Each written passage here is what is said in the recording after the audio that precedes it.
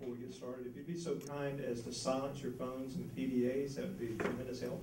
You see there's a camera also in the back we're videotaping. If you happen to be sitting next to somebody, you don't want to be seen on tape with them, you may want to move now. Okay? For our official introduction for this very special night, I'm going to turn it over to our department head, Dr. Mladen Vogel. Thank you, Ken. Welcome, everyone. It's a special privilege to be able to, an honor to be able to welcome you here today. Our special guests, alumni, students, faculty, staff, and especially our friends from Red Hat.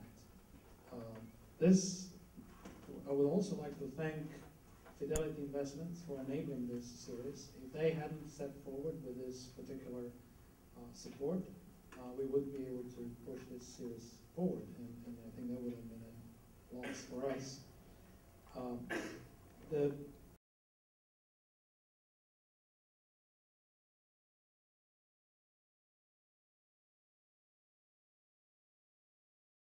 picked up by Ken Tate, and I'm very grateful to him for that.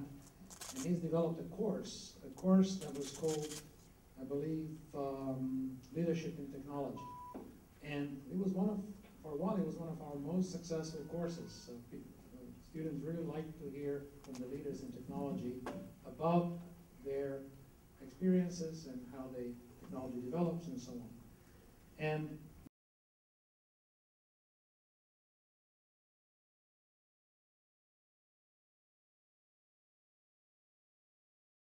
it's grown into a series that we think is going to be rivaling a lot of very nice other speaker series. And to no small extent, this is because of the quality and the eminence of the speakers that we have. And this brings us to tonight's speaker. It is a special privilege and a special honor to have today with us our neighbor,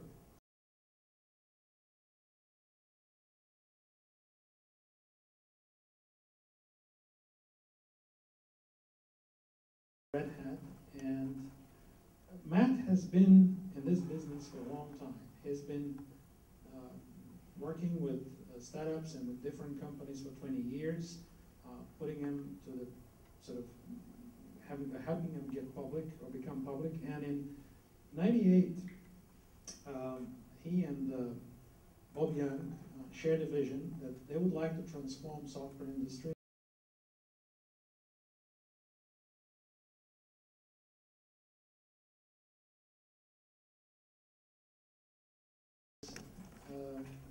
Collaborating with giants like IBM, Hewlett-Packard, Oracle, and in general, it is a household word when it comes to open source and Linux. And so it is a different world today because of his efforts and because of what Red Hat has done. Matt has always been extremely supportive of educational opportunities,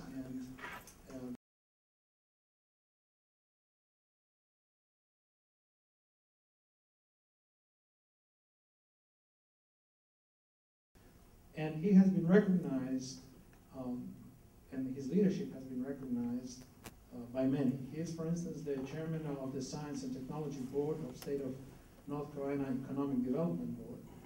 He is also past chairman and an executive director of the North Carolina Electronics and Information Technology Association. And more recently, he was recognized by the CIO magazine by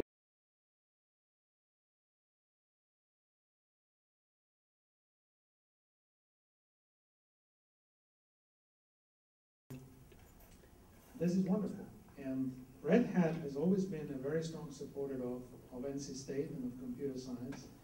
And one of the things that I'm very excited about is that we are now working very actively, computer science and Red Hat, on making the open source ecosystem happen on this campus by working together on several joint projects that we hope are going to come up.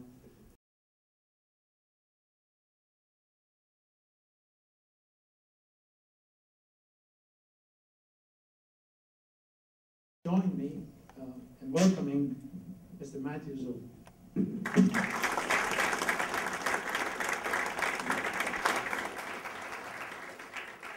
Thank you again, I appreciate it.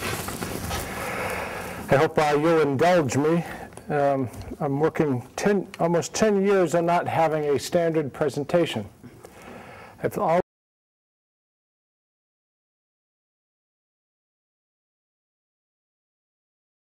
have 43 slides and they have a script.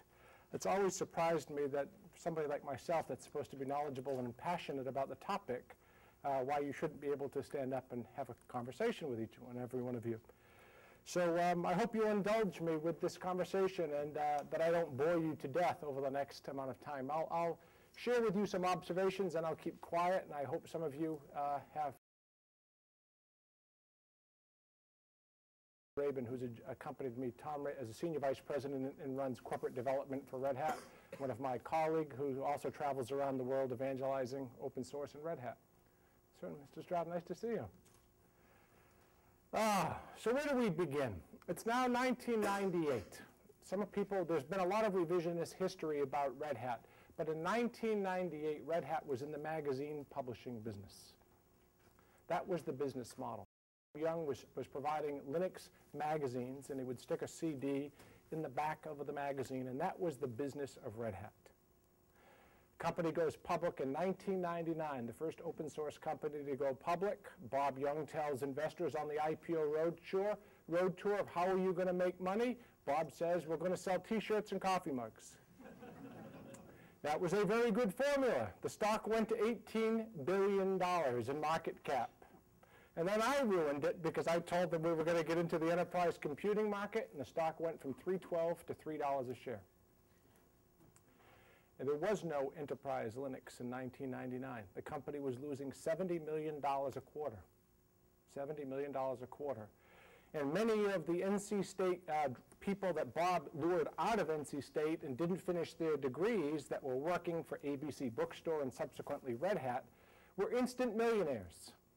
And so one by one, when the stock was $312 a share, they're leaving the building. And they're telling me, you didn't believe all this stuff, did you? The defining technology company of the 21st century, that you're going to redefine an industry, and one by one, Porsches are showing up in the parking lot out in Durham.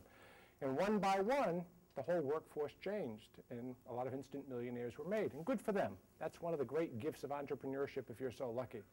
But it put me in a heck of a hole, because here we're losing money, and the very competency of the company, which were many very bright young developers, many of them who had never seen a CIO or a leading IT executive, were really very productive open source hackers. They were working with Alan Cox and Stephen Tweedy and working on kernel modifications, and the business at Red Hat at that time was selling service contracts to modified Linux kernels.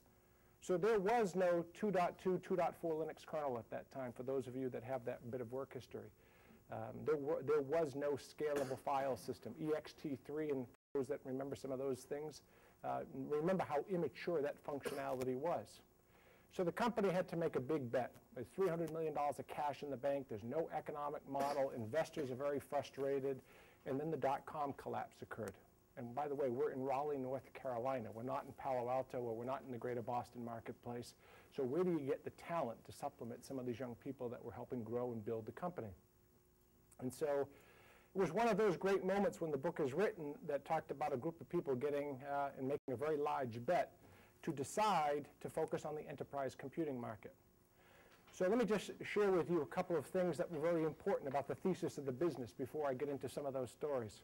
40 to 60% of an IT organization's budget, 40 to 60% of their annual spend is tied with arguably fixed operating cost. So think about that. It's 2000, 2001. Where are the discretionary dollars that a CIO or a leading IT executive has to start to invest in net new projects, to do net new innovation, when so much of their costs are now tied up paying the large proprietary software industry their fees and their large license fees, in many cases really not getting the value for their dollar that they would have expected, but those costs are now fixed. That was a part of our thesis of how we decided to challenge the enterprise computing marketplace, is to go at that 40 to 60%, which was getting increasingly expensive for IT leaders. The second big issue that we were trying to solve was the really poor state of software quality. And I think this is one of the amazing rates of innovation that has not been recognized by most people right now. For those of you that have been in software development for a long time, much of that whole software development process, in spite of a large amount of people who made a lot of money selling tools, the industry is filled with dead tools companies, depending on debuggers and compilers and all of this rapid application development methodologies and structured methodologies and waterfall development methodologies. But about 2 to 3 years ago, Carnegie Mellon published a report that said poor software quality was a $70 billion problem. And as our dependencies continue to grow on reliable software infrastructure, those responsibilities are increasing. They are not decreasing. Red Hat had, we believed, to be an opportunity not just to bring open source and new products into the marketplace, but really challenge the historical assumption about how innovation occurs. If some of you are in software development fields, you probably take some of this for granted now. But in 1998 and 1999, in 2000, 2002, this was Star Wars to most enterprises. I would tell you the story that the CIO of Goldman Sachs, who is now a very large Red Hat customer, told me, and they were the people who took Red Hat public, said, don't even bother coming back here. We will never, ever use Linux and open source software. It's too crazy, it's out of control, we don't know who owns the code, intellectual property issues. And today, I think you'd be very hard-pressed to find any large bank on Wall Street or any large bank or any major stock exchange around the world that does not have a very large Linux footprint. The strategy at that time was to focus on the server, which you might imagine. Some of you are probably waiting for the next Ubuntu 7.1 release. But everybody at that time was saying, where's the desktop? When does Linux scale to the desktop? When are you going to bring out a laptop product with a desktop Linux implementation? And we have done our best to fight those demons because for a simple reason, it's a very hard space to monetize. It's really that simple. Our competitor that's based in Redmond, Washington has done a fabulous job of tying you all up with proprietary APIs, proprietary protocols, proprietary interfaces, interchanges with Visual Basic and OLE and all of that core infrastructure that they have done a fabulous job of securing your dollars to. And now to try to get the enterprise market to swap out to an alternative and potentially risk a BlackBerry not working or some other alternative has really made it very, very difficult to monetize. And the landscape is filled with companies who have tried to do that, tried to develop an extra 15% new functionality or a better windowing metaphor or more functionality in their word processor, and they're gone. Remember, Lotus was a viable company back in the late 90s. They're gone. Novell, Corel, it's a very difficult space to monetize. Also, something that people now take for granted, which they should think about as a part of our evolution, was the big risk around the desktop and the client was not the word processor, was not the Office suite. What was the alternative to IE? People I think, when I travel around the world, they forget how new Firefox is as an alternative browser environment, which without that, God knows what your access to the internet would look like. And for those of you who have had a history of working online, it wasn't that long ago that Passport, do you remember Passport? At the time, my 8-year-old son came home and said, Dad, I have this menu that comes up on my computer at school asking me my social security number. Wasn't that long ago that this company was trying to test drive its ability to get personal information, and they were fined and their hands were slapped. But that whole notion about finding an alternative browser in many ways allowed innovation within the open source community to continue to bring out really great graphical tools like Ajax, Ruby on Rails, many other contemporary scripting and programming languages that I think without an alternative to IE, you would have had Netscape, you would probably have a weakened Mozilla, but not nearly the robust development environment and browser environment that Firefox has been able to create. So that battle of continuing to satisfy one constituent, being the client discussions, and at the same time being able to build out the server competency, the breakthrough came with the 2.4 Linux kernel. And that was, which was very funny, right about this 2001, 2002, Larry Ellison and I stood on stage, and we rolled out Red Hat Enterprise Linux. And he was one of the very first major ISVs, and certainly Michael Dell was involved in that, and that was the birth of Red Hat Enterprise Linux.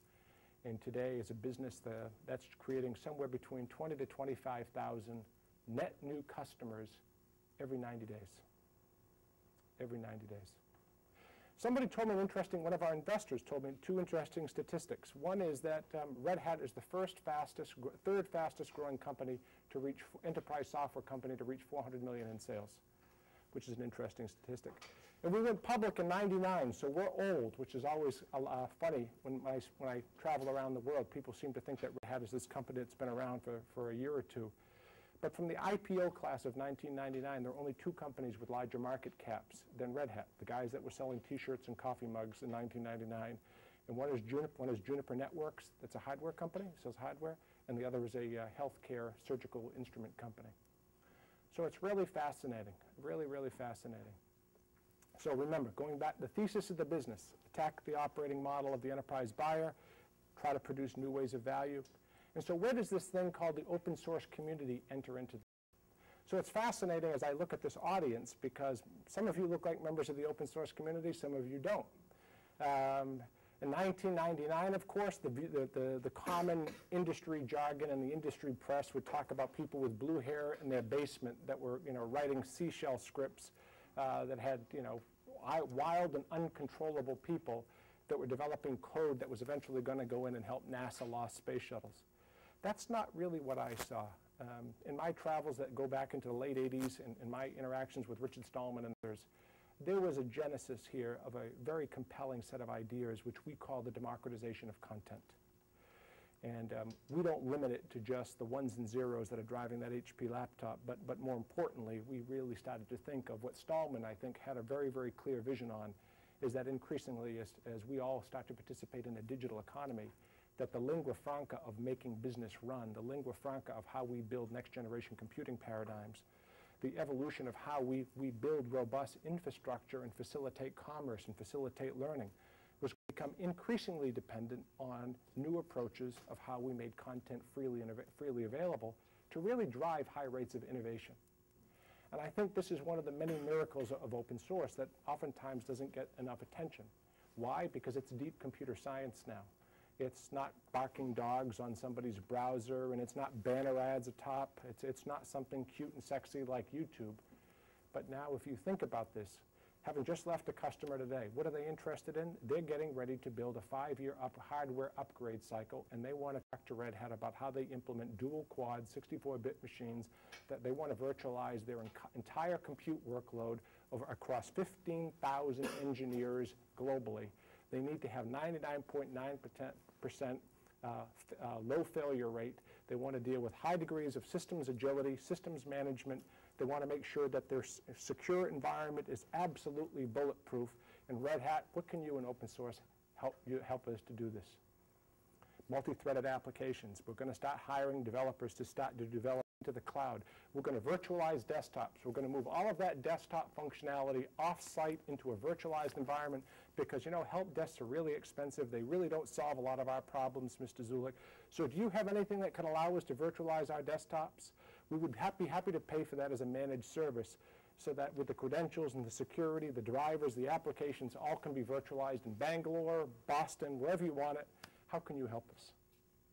So is your head hurting? So this is the world that I live in, and this is the world, I think, of which the leading global Fortune 500 customers are speaking to us about and our business partners about, which is a long way away from the 2.2 Linux kernel with blue-haired guys in their basement. And why is this happening? Well, first of all, you have to give a lot of credit to the development model of open source software.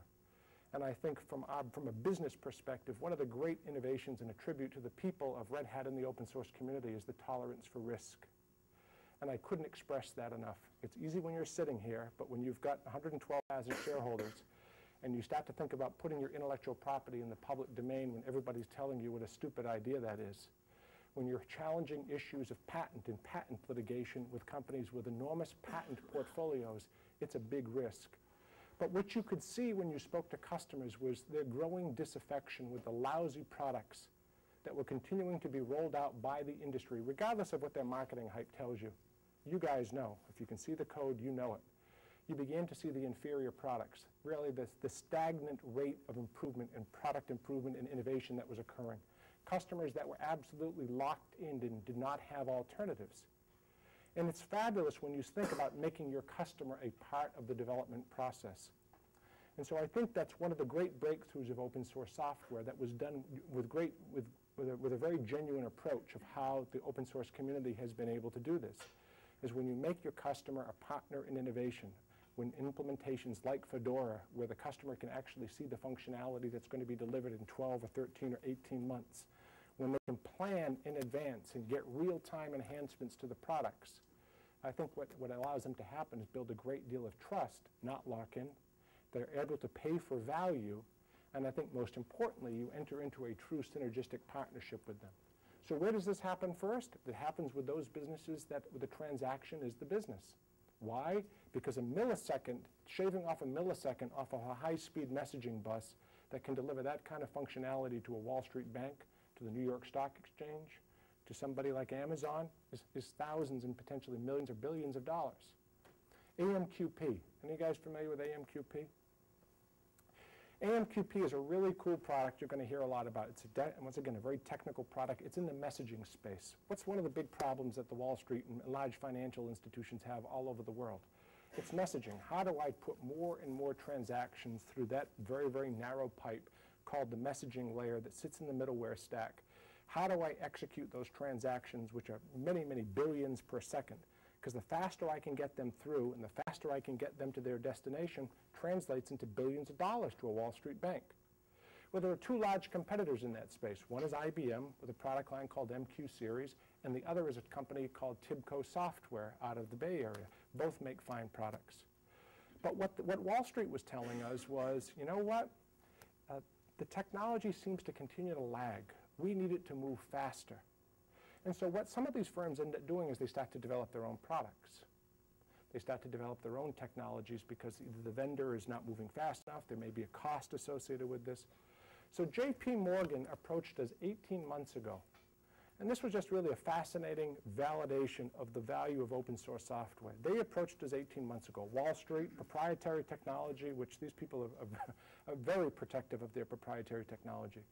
And they said, we want to get out of this business. We have a team of software developers that work developing this high-performance messaging technology. We'd like to give it to you, and we would like to open source the project. At first, I thought they were joking, because this is highly strategic to their business. But their view, it was not a competency of their firm. And they said, if we would give it to you, would you manage this as an open source project? All we would like to do is to make sure that we're a partner in the innovation process. You deliver it back to us. And would you hire our engineers, because we think we have some very talented people. Remember, this is the superior vena cava of how messaging and financial instructions flow through Wall Street. This is that significant. IBM and Cisco partnered on the activity. Last week, I saw a demonstration in our Boston, Massachusetts facilities of this AMQP technology. And they were showing me a demonstration, and it will be announced in a month. They were showing me a demonstration that they are moving the same volume of message transactions through AMQP that the New York Stock Exchange generates in a day through a single 4-way server. So for the engineers, you'd understand what I'm talking about. So think about what that means, data center consolidation. Think about what that means for low cost, low power. Think about throughput. Now granted, that's an isolated event. That's an isolated case. It's taken out of the context from all the other things that the New York Stock Exchange infrastructure has to do. But just think about what that means if you start to think about adding that function with a real-time kernel. Think about what that would mean to potential data center consolidation in terms of real estate, power, and all of those other environmental issues. And this happened as an open source project. So now what's happening? When I travel around the world, and it's great for me to see the diversity of people in this room, when I travel around the world, now what's happening, and it's not happening here so much, regrettably, is that the governments, that international governments are embracing open source strategically. And I'm sure many people in the state of North Carolina and Capitol Hill are tired of myself and others that continue to bring this up. But it's alarming. It's very, very alarming to me, because what's happening is that these governments are seeing open source software first and foremost as a form of entrepreneurship. How can they generate net new business and commerce and job growth by allowing entrepreneurs, when you think about it, it has zero startup cost. You know, to buy a piece of hardware, you can get a complete lamp stack downloaded for free. And if you have a compelling idea, there's your infrastructure. Go off and go. Others, low-cost education, you know, through functionality like the OLPC, which was another successful open source project when Intel said you'd never be able to build a laptop for under $200. For those of you that have been exposed to the one laptop per child, you've seen that the display can operate in brilliant sunlight, virtually zero boot up time. The paradigm, the desktop client metaphor is all an open source project. You're now starting to see governments starting to seize this opportunity, and I think it's going to continue. At a minimum, it put pressure on Intel to drive down the cost of the hardware. Open courseware project at MIT. The former retired president of MIT, Chuck Vest, said by 2012, all the MIT's courseware will be in the public domain. In the public domain. I think Chuck understood that it wasn't the physical structures, it was the culture that was the value add. It wasn't keeping the lecture notes proprietary. It was how do you expose a world to your creativity and your ideas. So it's fascinating when I go to Korea and I sit with their ministers, or fascinating, Tom and I just came back from China. We spoke at Tsinghua University, and there must have been 600 or 700 students in the audience, and they didn't want us to leave. They knew more about Red Hat's economic model than I did. Which was, why are you trading at such a high valuation, somebody asked, which I was very impressed. But what you start to see is governments starting to think very strategically about what the year 2020 and what the year 2025 looks like. How are they going to be able to facilitate digital commerce? How are they going to create a labor pool that will allow these key rates of innovation to continue locally? The good news about that is that open source is beginning to grow and going to create broader acceptance. The bad news is there are industries and there are markets around the world where India, China, and others don't really have the thriving bi-directional interchange within the global open source community that we think would improve the rate of productivity. Some governments, whether it be for legal reasons, whether it be for political reasons, whether it be for intellectual property protection, we don't see that give and take that we see from many other countries and many other regions, but hopefully that will be cured by time and low-cost bandwidth. But most importantly, I think what we can continue to see is a high rate of innovation, a very low-cost, almost zero-cost rate of acceptance by getting access to technology into these markets. We just had a 12-year-old student become the youngest person ever to pass the Red Hat RHCE test, which Matthew Yates is here, and now he can tell you how difficult that test is. That's not a layup. 12 years old. Why? Because he could get access to free software. He was able to educate himself relatively independently, took the test, and he conceivably could get hired by Red Hat for about $68,000 a year, I think. So it's fascinating to watch all of this. Why is this relevant? Why is this relevant? Well, for people who are running the systems, the transparency of the code base allows them to a multiple set of choices, and they can remediate and fix the code based on how they see it. Second of all, it drives competition, which is something that in the antitrust case in 2000, and on an ongoing basis, I think we, on behalf of Red Hat, really believe that competition is very, very good for society. It produces better ideas. Competition provides better products in most cases at the lowest possible cost to the consumer. And I think what you're witnessing now in my industry, of course, is Oracle made a $6.8 billion bid for BEA last week. IBM has purchased in the last 2 or 3 years close to 140 companies globally. What you're beginning to see is where does that innovation come from and whose innovation is it? How do you market this and how do you continue to expand the value that you create to your customer at the lowest possible cost? And this phenomenon of open source software continues to produce pretty outstanding pieces of technology, pretty high rates of innovation at zero cost. And MySQL is an example, Postgres in the database space, GCC in the compiler space, Firefox in the browser space. It goes on and on and on. And it's now you're starting to see a demographic shift of looking at this room here. Look at the young people now that are replacing the historic C and C++, or before that, the COBOL and the vSAM programmers. Now, the people in this room are you're probably working on Ajax, you're probably working Ruby on Rails, Python, Perl, probably a little bit of Java. But I think what's happening now, what we see is a huge demographic shift in the age in the student that's now becoming a software developer, a computer scientist all over the world, and which is fascinating to see. And certainly my hope is that they're growing up with open source skills. People say, why aren't there more open source companies that are public? I think that's just a matter of time. In the last 24 months, there's been over $1 billion of venture capital invested into open source technology companies globally. It's just the beginning. Company SourceFire just went public on the NASDAQ about 6 months ago. MySQL is rumored to go public very shortly. ZenSource, the guys in the virtualization space, just were able to get $500 million for 55,000 lines of code. I'm glad that was not our CFO. But somebody says it's going to be important. So I think we will continue to see more of that, much more rates of innovation as customers understand, and I think most importantly, as the industry understands that open source is fundamentally producing a product that is superior at a more rapid rate than its conventional alternatives. And what you see is the large industry players, specifically in the software space, hanging on for dear life because their valuations are tied to growth and market capitalizations are tied to growth. So where does that growth come from if that's not happening internally? What are the innovation models that they're creating internally that would allow them to continue to create really breakthrough approaches to solving customer problems at the lowest possible cost? And clearly they don't have an incentive to do that. That's why they're acquiring like hell, is to keep those costs high, to give the customer a limited set of options. But things are changing. Things are really changing. The Department of Defense, about 24 months ago, or if not sooner, published a 300-page document that was in the public domain that talked about the strategic importance of open source software to the U.S. military. Here on the campus at NC State, the dean and the head of the computer science department were very successful in being able to secure an agreement with the Department of Defense to create an open source security center here.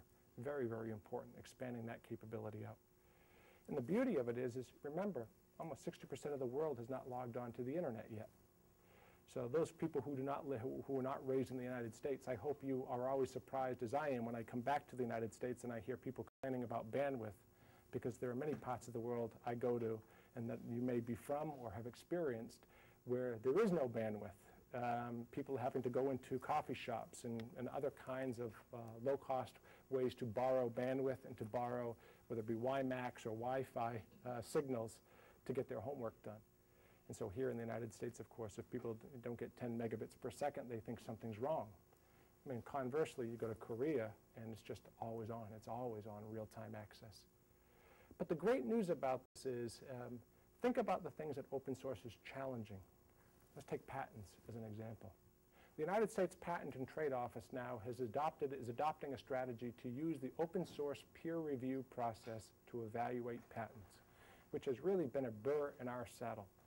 Because prior to the eBay ruling recently, we were saddled with the potential of having our business shut down through injunctive relief if somebody came up with a claim that said you're violating and you're infringing on our patent, and Red Hat could have been potentially closed down for business.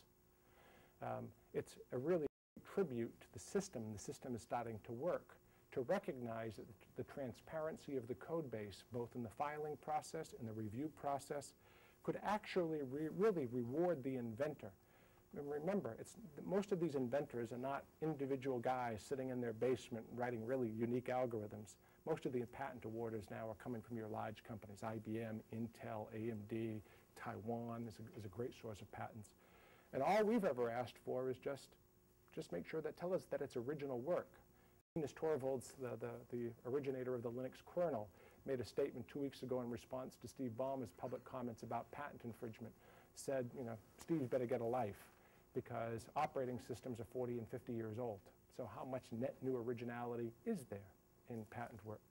If you look at Microsoft's creation of their patent portfolio and the acceleration of their patent portfolio, it began in the mid-90s. Their patent portfolio was almost non-existent prior to 1994, 1995, when their management began to think of new ways to how to slow down this open source momentum and how to think of new approaches to potentially provide threat and intimidation to customers under the veil of intellectual property infringement.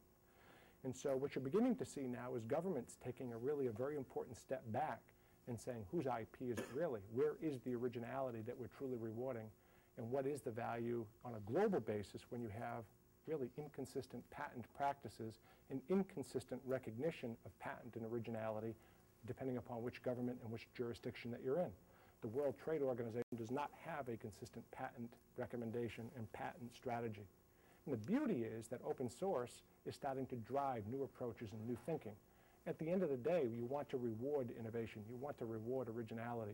What you don't want to have happen is somebody use their patent portfolio for aggressive offensive purposes to restrict innovation and to restrict some of the net new creativity that we continue to see. So about 2 years ago, IBM, which I think had really stood out on the forefront of this, created something called, with Red Hat, called the Open Invention Network.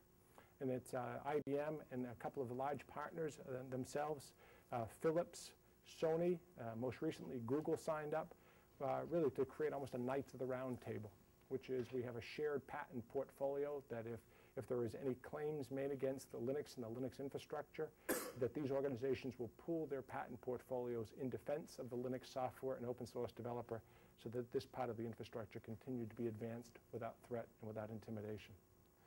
There's also a pretty nice industry that's evolving now of what they call patent trolls, because of the expression or not. These are people who go out and buy patents, and then they look at companies' balance sheets like Red Hat's, and they file a claim. Doesn't matter whether the claim is legitimate or not. They're going to tie up your resources and limit my ability to hire 25 more of you as we fund Kilpatrick and Stockton or somebody else, one of the local law firms, to go out and to fight this claim, which could be 2 or 3 years long. And really won't matter by that time, because what they're hoping to do is to get some kind of financial,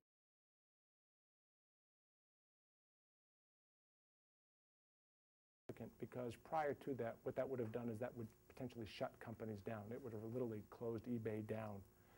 You saw this happen most recently with BlackBerry and some of the activities. So there's become a sort of a sub-industry of these patent trolls, but I think the government and the U.S. Patent and Trade Organization is taking a much better look at how they award and recognize originality. The patent application process is not trivial, and it takes a long time, and the government now, the U.S. government, is just beginning to create an index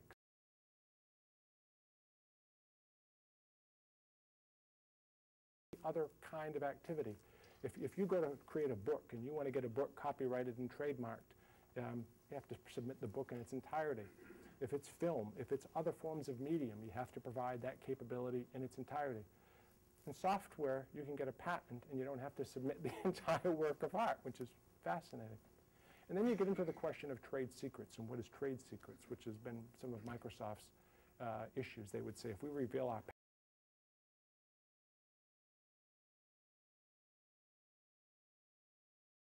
is trying to take a very positive forward step on this issue, and the U.S. Patent Trade Office are really trying to bring the peer review process to ultimately reward the inventor. But these are things that open source, in the absence of an open source approach, would not have changed. There would have been no pressure to look at this differently. Red Hat's now an organization approaching 3,000 people.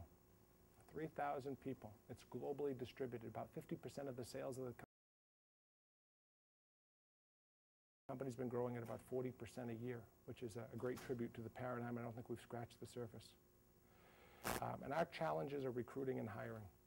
I talk about this all the world. I don't know where all the good people with good values have gone. The United Nations just published a report that said, in a survey of the American workforce, they found that only 18% of the respondents work more than 48 hours. 18%.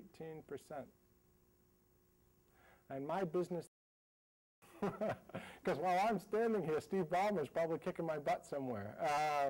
And I certainly hope that our friends in China, my friends in India from Red Hat, my friends in Latin America, Brazil, Asia, I hope that they're paying attention to this. But it's been very, very hard for our company to find the talent that we need, educated talent with the good values and the good work ethic. It's probably the biggest liability to our business right now.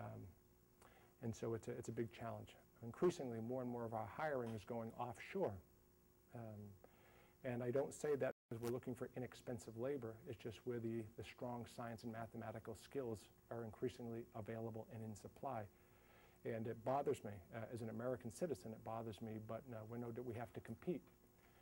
And I think what you will ultimately have to see is really new forms of private and public partnerships, and not the threats and some of the foolish claims that I think politicians make. This is free enterprise, and whether it's IBM or Red Hat or Microsoft or Intel, they're going to go to where the talent is, where governments truly are trying to improve the skill base to hire, and most importantly, what is affordable for the work provided. So Red Hat has been hiring somewhere between 80 to 120 people every 90 days. Every 90 days. Most of them are not in the United States. And it's not, once again, I want to stress for you, it's not low cost. That's not the issue. It's not cheap labor that we're looking for. But who has the discipline and who has the values? So I'm very excited because I moved my office space. I'm very excited because I look down the research drive here, and I'm very happy to see the mix of people who leave this building every day.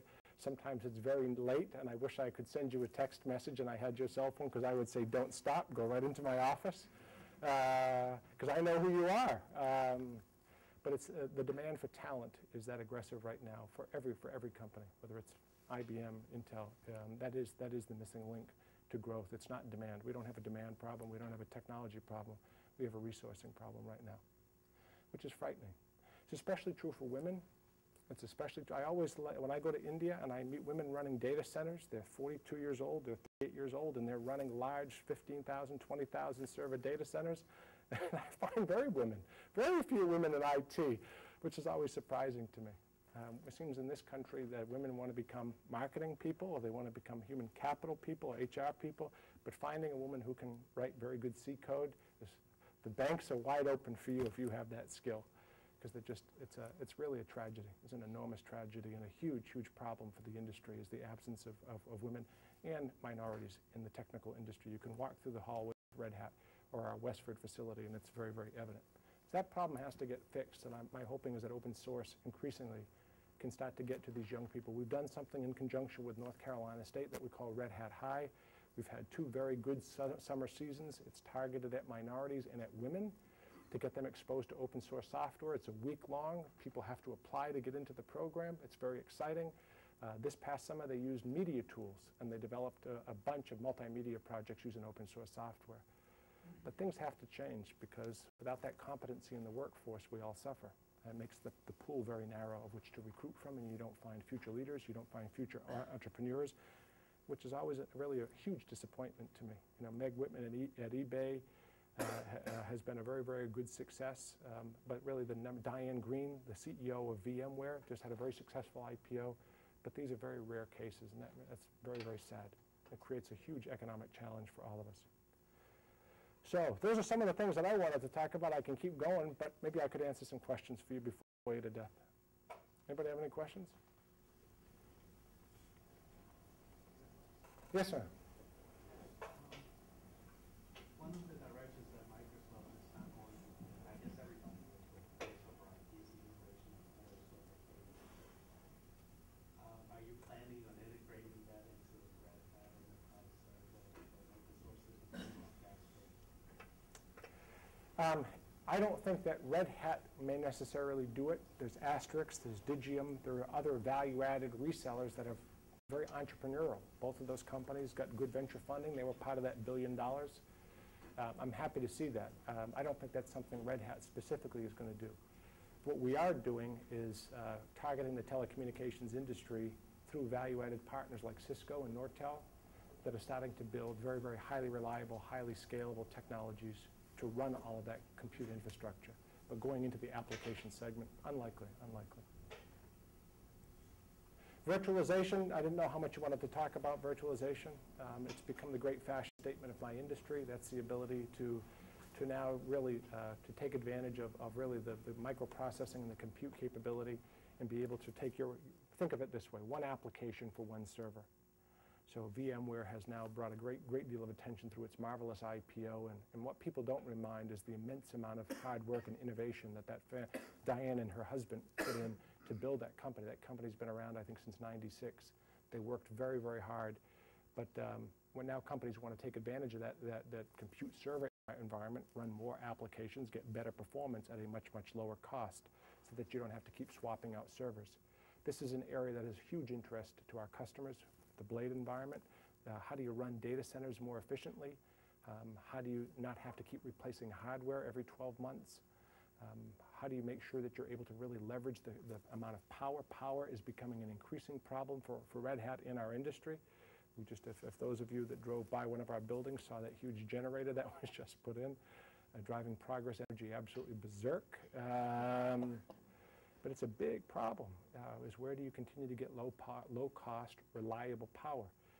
I was at IKEA 3 weeks ago in Sweden, the retailer, the very large global retailer, and they're building 2 massive data centers in this remote section of Helsberg, Sweden, because of power concerns. So they're literally building their own power company to service IKEA as a business, because they're that concerned of power interruptions, latency problems, and other issues that would impact the performance of their business.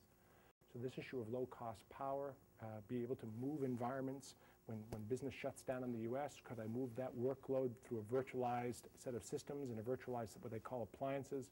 Could I move those to Bangalore? And then when Bangalore goes to sleep, I'll move them over to China and I'll move them back to Boston. Could I move and distribute those workloads virtually? A lot of interesting work that we're doing with the open source community, and I think there's a lot of interest on customers' part of how they now build next generation reliable, secure infrastructure in a virtualized world. I talked to you about ZenSource getting sold for $500 million, which was fascinating. They did that because they are perceived as being a leader in the virtualization space. Diane and her team at VMware is a leader, and I think Red Hat has a lot to say about that space with our business partners. So stay tuned. Yes, sir. You mentioned a lot about power as a concern, and you also mentioned earlier about the One Laptop Per Child program. And something that I find is an interesting parallel is the fact that the OLPCs are supposed to run on little enough power that they can use a hand crank or a foot pedal. And even in desktops and laptops, we're starting to see where Linux itself is maturing in the power market. Intel has now released a program to help optimize their laptops.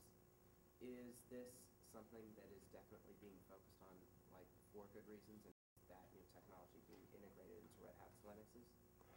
That's a great question. This issue of power is just an enormous issue for all the reasons that we know. I mean, you know, Google didn't decide to put that facility in Lenoir next to rail lines and next to water supplies because they like the geography of Western North Carolina. It's an enormous issue. Microsoft is building their own power capabilities in the northern part of the state of Washington. Google is doing the same. Everybody, because in a digital-based business, that becomes really the circulatory system. They cannot afford to deal with interruptions. So I think Red Hat is either the second or third largest consumer of bandwidth in the state of North Carolina. And when I go to sleep at night, when these hurricanes and the weather changes, it's not a matter of your mail servers being down. Commerce stops. So if you want to know what a day in my life is like, when those hurricanes, we recognize revenue daily as a business. I'm going to bore you a little bit. So anything that interrupts our ability to get cash in the door on a daily basis usually creates a 90-day problem for me with investors. Anything that causes an interruption in power that inhibits our customers to pay online is an economic disaster for me waiting. So it's a big issue. But more importantly, environmentally, you have to ask, what were these guys thinking of? They knew 5-7 years ago. They absolutely knew that power and issues that would support power in the design of the 64-bit Itanium processor, as an example, a $7 billion endeavor by Intel. They knew that power, I believe, was going to be an issue, but they didn't care because they didn't have competition. They weren't finding pressure from AMD at that time. Life looked great. It's like, you know, Sun Solaris servers. You know, if you're a Sun shop, what percentage of those Sun Solaris servers running here in NC State, what percent of them are fully optimized? And I'd know if you're telling the truth or not. So, so what you find is that with the OLPC, the brilliance of that was it was done as an open source project on the power issue. So you had engineers in Italy, you had engineers in Brazil, really focusing on how do they have zero boot time, how do they do it? Now it's not moved to a foot pedal, it's moved to a hand. The display technology was developed in Asia, which was fascinating to operate in bright sunlight. And I think that put a lot of pressure on Intel to do something better. And so I think it is genuine. I think everybody in the industry, Dell, and I speak to Michael Dell and others, they're very concerned about creating a green piece of technology, largely because the consumer is getting more aware of it, and that's what the consumer wants. And certainly Red Hat is a key enabler of that as an open source project. Yes, sir? Taking that one step further, now that that engineering project has been solved, you talk about Linux being a generational transformation to this current generation.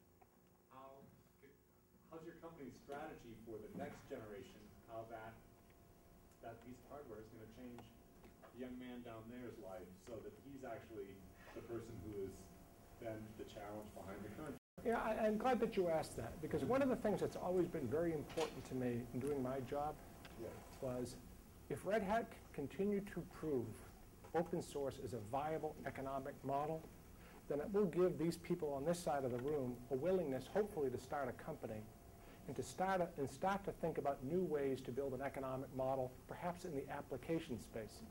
Because people don't buy operating systems, they buy solutions to problems. You know, how many people wake up and say, I'm going to go buy Linux today? Not many. But they see a need and they see a business. And what is the dependency that we have? Is I'm having to depend on Oracle, or I'm having to depend on this whole 2,500 proprietary software application industry on creating their applications running on Red Hat Linux. And guess what? They have pressure coming from Redmond, Washington saying, don't you dare do that. Because if Red Hat or open source starts to get into the enterprise computing space, that potentially could negatively impact the economics of my proprietary software license model. Let's take a look at BEA. What is the greatest threat to BEA? It's not Oracle Fusion. It's JBoss. It's the Tomcat. It's Hibernate. It's Strut and Seams. It's not these traditional, large, expensive proprietary software products, but they've made it very difficult for the customer to transition off of those applications. So what is really exciting to me is to see people like you here, because you're probably thinking about other ways to solve either application, hardware infrastructure components, of ways to potentially start a business and of ways to potentially monetize that. You know, one of the interesting companies, this company MuleSource, that's now developed an enterprise service bus. Bright young guys, very, very young people that just got $13 million of funding from the Mayfield Group and Hummer Windblad. So if open source can continue to be proven as a viable economic model, these young people have nothing in their way except their imaginations and the quality of instruction. Well, there's a lot of young people here too. Yes, sir. So when you say that open source doesn't include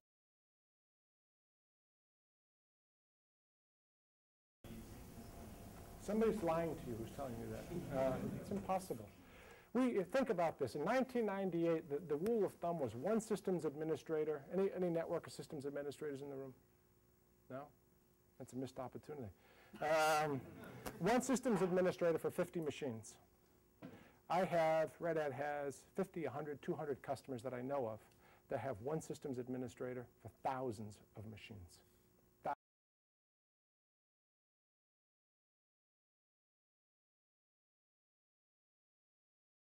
Environment created.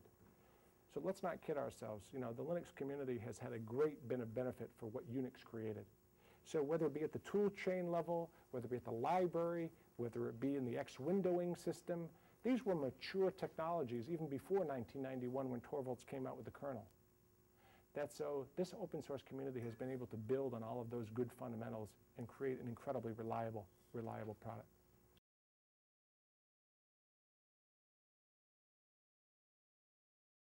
Defense, which we run the largest directory in the world that is servicing our whole military complex, would not be using open source technology if it was not highly reliable. Yes, sir? I thought it was kind of cool. No one's really heard of open source music. And more recently, you guys have teamed up with NC State's radio station. Yeah. And you're doing, I guess, out of one musician, that makes it there's 50,000 of them. So you're going to throw all the people, who are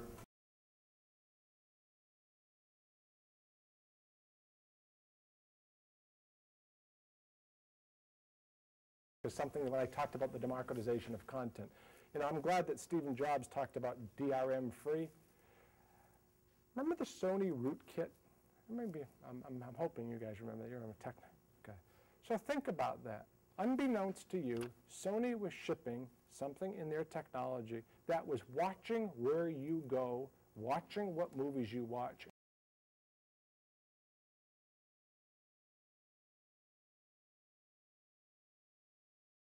about 18 months ago. We're shipping technology into your home cable boxes, tracking everything you watch and everything that you do online, depending upon which service. Now, I'm always amazed how people kind of blow that off and say, I don't care. But, you know, that really disturbs me. That really, really disturbs me. If I sign it away and I give you permission to do that, that's very, very different. But to do that with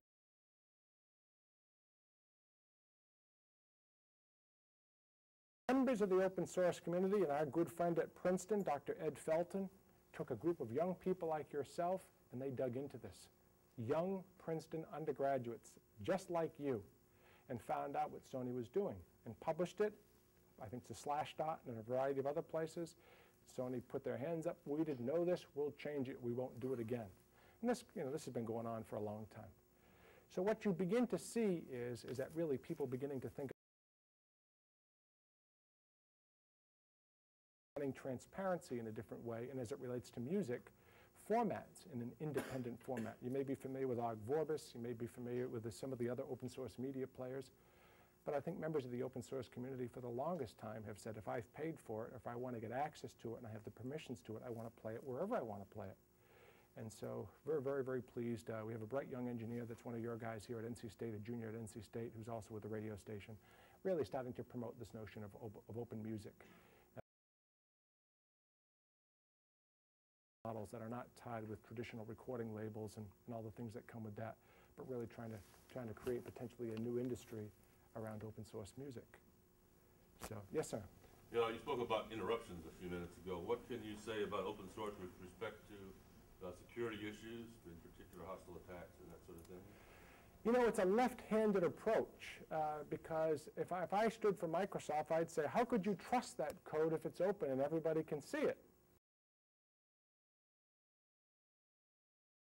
When everybody could vote, and the ruling, the legislation that was passed was fully transparent.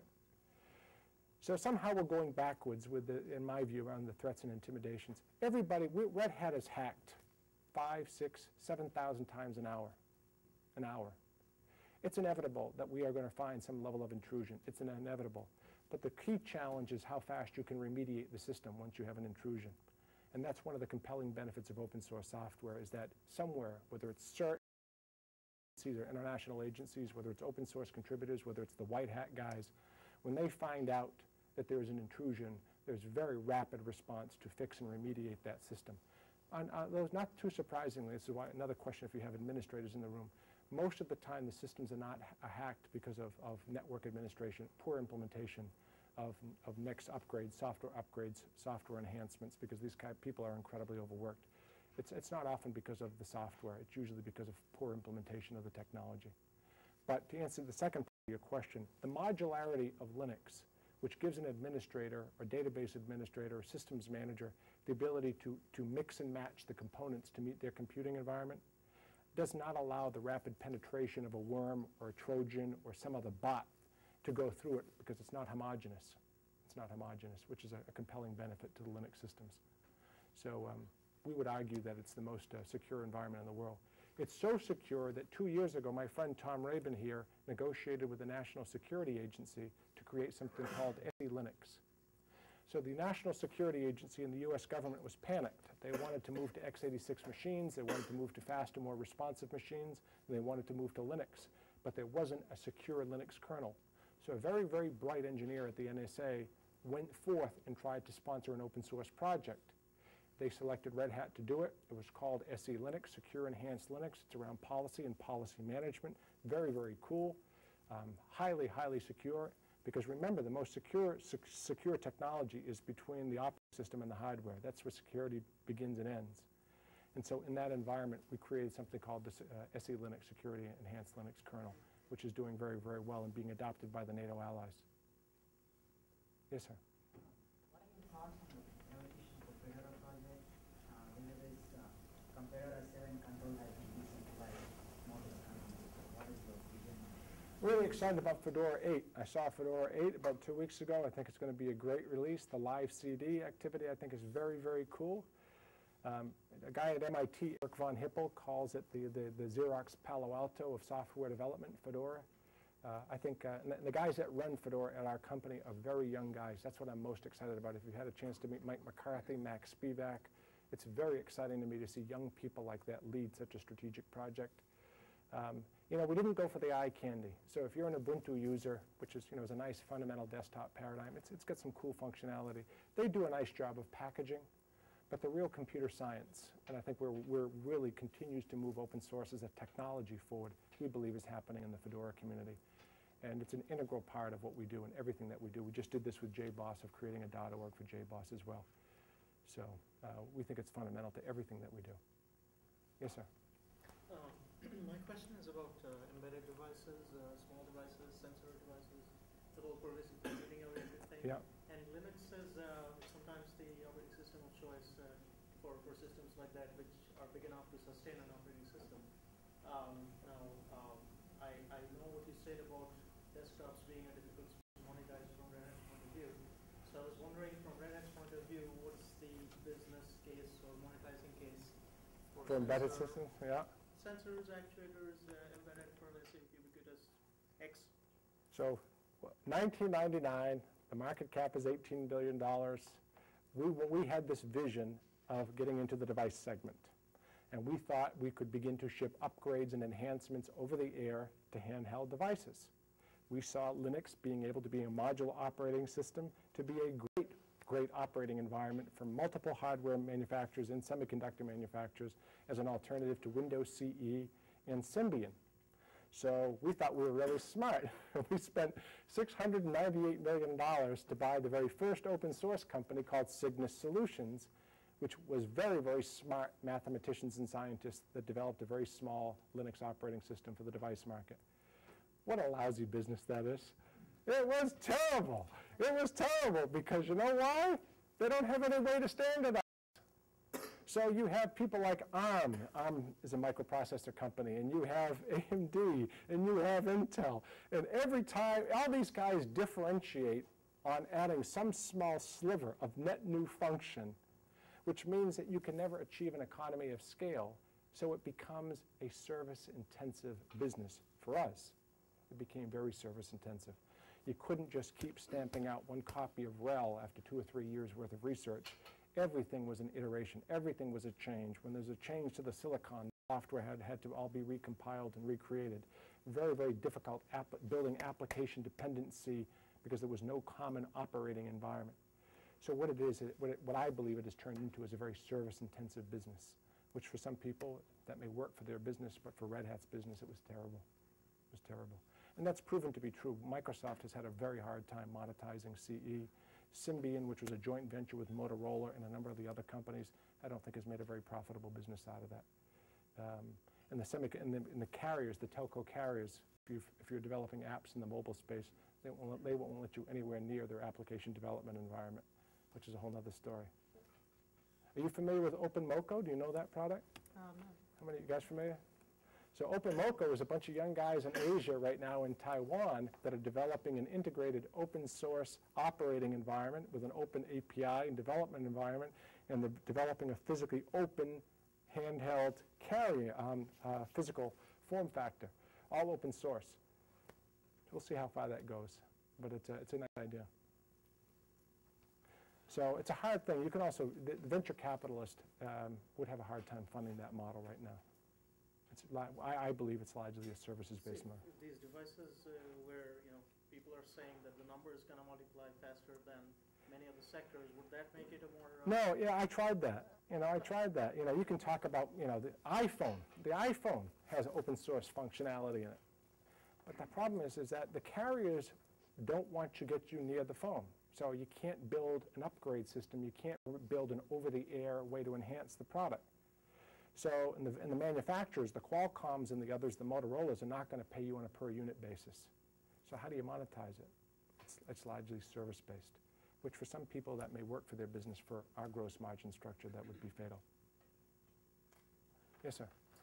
Matthew, great story, great perspective. Congratulations on your success. Thank you. At the beginning, you talked about the compelling reason for you to get into the open source business to kind of target this 40 to 60% of fixed operating costs. Technology, what types of services have you found compatible? What kind of vision do you see of adding service like managed services, consulting services, training services? The banks are wide open. It's one of the things that we're grappling with right now is what is the role for Red Hat directly in the professional services space. So there's been a lot of activity in the venture space regarding funding open source professional services companies, open source software as a service company. Intel and Red Hat are collaborating on this technology called vPro, which will allow companies to virtualize their desktops. So as I highlighted, there are now some early stage businesses that have received venture funding to virtualize desktops as a hosted service. Amazon and EC2 and some of the S3 technology, where Amazon is physically allowing companies to build an economy around their infrastructure, it's wide open. It's absolutely wide open. You are only limited by your ability to imagine, because every IT organization in the world is really asking themselves, how do they get rid of redundant cost? Where do you see Red Hat going with offering more services for your customers? We do this now. There's a bright young guy named Donald Fisher, a really creative guy, used to be a product manager who heads up something called RHX. And RHX is our attempt to build an online exchange, because one of these things, the problems that these entrepreneurs have is they oftentimes don't have brand and they don't have distribution. And they don't have access to the customer base that we do. So Donald is building out this online infrastructure and allowing customers to purchase integrated Red Hat technology with a value-added application, MySQL, Sugar CRM, a whole growing platform. Purchase it from Red Hat. Red Hat pays the entrepreneur back. The customer has one stop, one place to license, and one company to get a service relationship from, and everybody wins. So he's doing that now as a service, as software as a service. How about managed services, hosted services from Red Hat? We don't do that. We don't do that. We've thought about that. We just don't do that now. We have a partner, Rackspace, and we have a number of other hosted providers.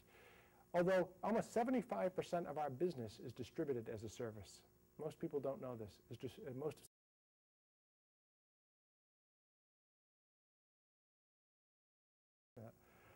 That's why the gross margins are so high. And we do that through a technology that a group of NC State guys are developing for us called Red Hat Network. Red Hat Network.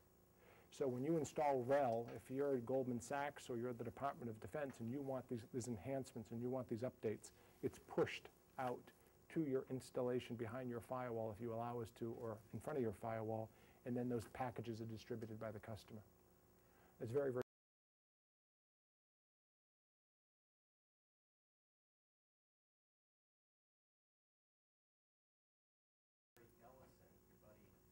my good friend. Yeah. Probably noticed that they've got this whole Unbreakable Linux. Yeah. You guys used to be like best buddies, arm in arm. Absolutely. And then on top of it, all the companies are going to have their Oracle running. The partnership made in heaven, and in turn, I guess for the worse. So is that good, bad, fair, unfair?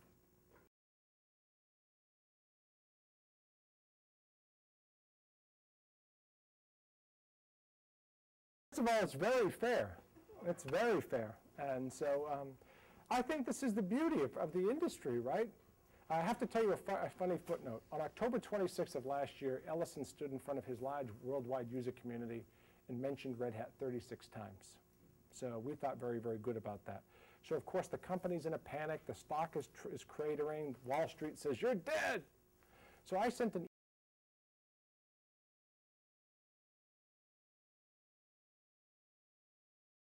at Red Hat named Rick Van Riel, who had a response. This is a very good story. So he's from Brazil, although he's Dutch. And he sent a response back that said, why don't we create T-shirts that say unfakeable Linux? Not a marketing guy, an engineer. Overnight, we had T-shirts made, and the next day at the Oracle World, a trade event of which there were 40,000 people.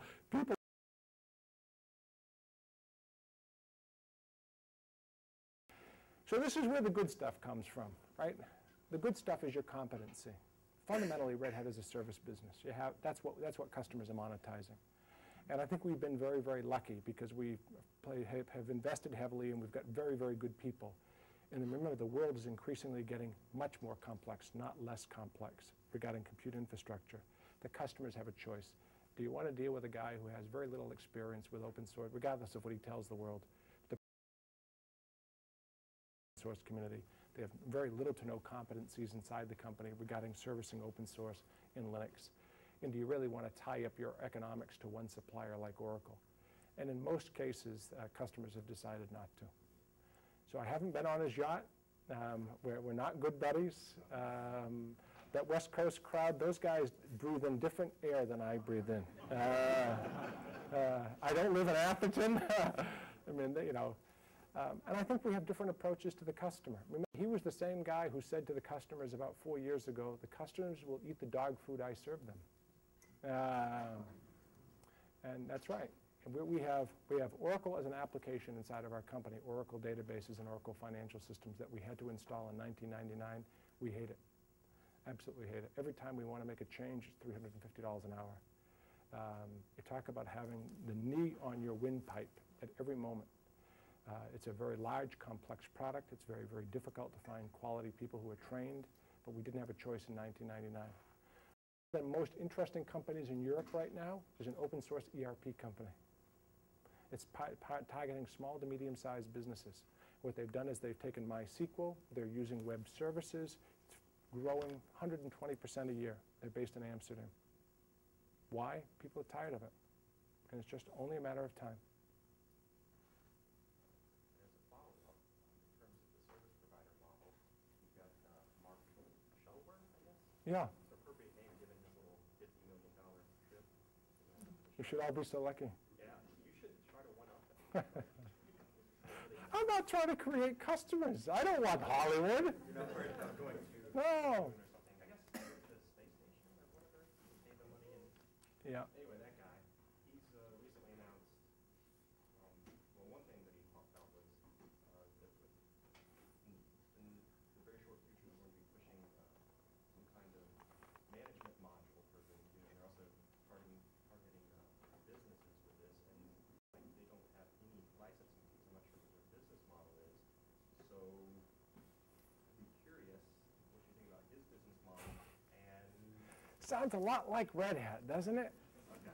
well, they like basically I don't know how it would work with like when you get Red Hat, you get the ISO, you have to pay Absolutely. so much, you know, money. There's a student cost and this cost. Right. You get the support for however long. Like I guess they're going to be giving it away for free. So I'm curious how. You should absolutely try it for free. If you want to try it for free, you can use Fedora. Think about this. This is always the lunacy of this industry that I never understand. The operating system is such a small percentage of the overall cost of running a computer implementation. It's very, very tiny. I'm always amazed at companies like Ubuntu and these other crazy people who try to go in the operating system space. Those days are over. That market's gone. It's not even interesting anymore. Management is a big issue. Management of a virtualized environment is a big issue. Securing data, policy management. Security is a fabulous opportunity in my view. How do you manage virtual devices? I mean, there's so many more interesting things. So I don't know what it is. Is it testosterone that people want to fall in love with operating systems? So great. Customers would say to me, well, I'm going to go and implement Oracle Unbreakable Linux because they're giving it to us for free. Why not use Fedora? And I didn't think of that. So it really boils down to service levels. And one of the hard things, the decisions that the company went through about 2.5 years ago is that in our services organization, most of the people were young, bright hackers. If you walk through our services organization now, you're going to meet more people like Matthew Yates right now that are degree EEs in computer sciences majors. Because when something breaks at Amazon.com on December 24th, and it's an Intel 64-bit dual quad machine, you know, with a tremendous amount of Oracle workload tied to an EMC storage array through a brocade switch, they don't want to speak to somebody who doesn't know how to diagnose, to go through crash dump analysis, that doesn't have the technical skills to be able to understand the end-to-end complexity of the problem. And that's what Amazon is paying for. And I think it's huge value. It's unbelievable value relative to the expertise we provide for the relatively small denomination of cost. And if Mark Shuttleworth thinks that he can build an economy around providing free service, knock yourself out. What a country. What a country. I just don't see it. And I think, you know, look at Novell. Novell has $1 billion of cash. They were able to sell themselves to the devil. What has it done for them? What has it done for them? They had a lot of chances to do this. They bought SUSE for $220 million, and now they're laying off people. It's hard. One of the things that people most misunderstand, especially entrepreneurs, is the importance and the cost of sales and distribution. It's one of the most, when I speak to entrepreneurs, it's the part of the problem that is most often taken for granted and is the most complex to solve, I think. And so you got to have somebody call on Morgan Stanley, and they have an expectation of making a lot of money because that's what the industry is trained. It takes a long time to get Morgan Stanley to be a customer, and then when the heavy lifting begins, you have to have hugely qualified people on the background. And so I think for us, one of the things that I am most proud about talking about is our rate of renewal. As a subscription-based business, renewal is the lifeline of our business. And one of the proudest moments I have about 15 minutes every 90 days on the earnings call. And for the last, almost the last 9 quarters now, we've had 100% rate of renewal. The only 2 that didn't renew were Oracle and the Department of Defense initiative. And it's really a testimony to the open source model. It really validates that customers are getting value. So I'm not surprised, but that's kind of an old idea. It's not really very innovative.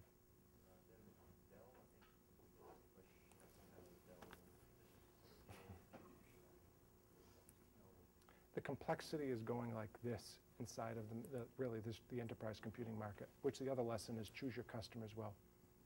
Choose your customers very, very carefully. Yes, sir. I'm gonna make a suggestion now, maybe for the sake of time. We just have one more question. And then Matthew, if you will agree, Please stick do. around for a while. People want to come down, they can ask, but now we've got a few people to leave. So one more question.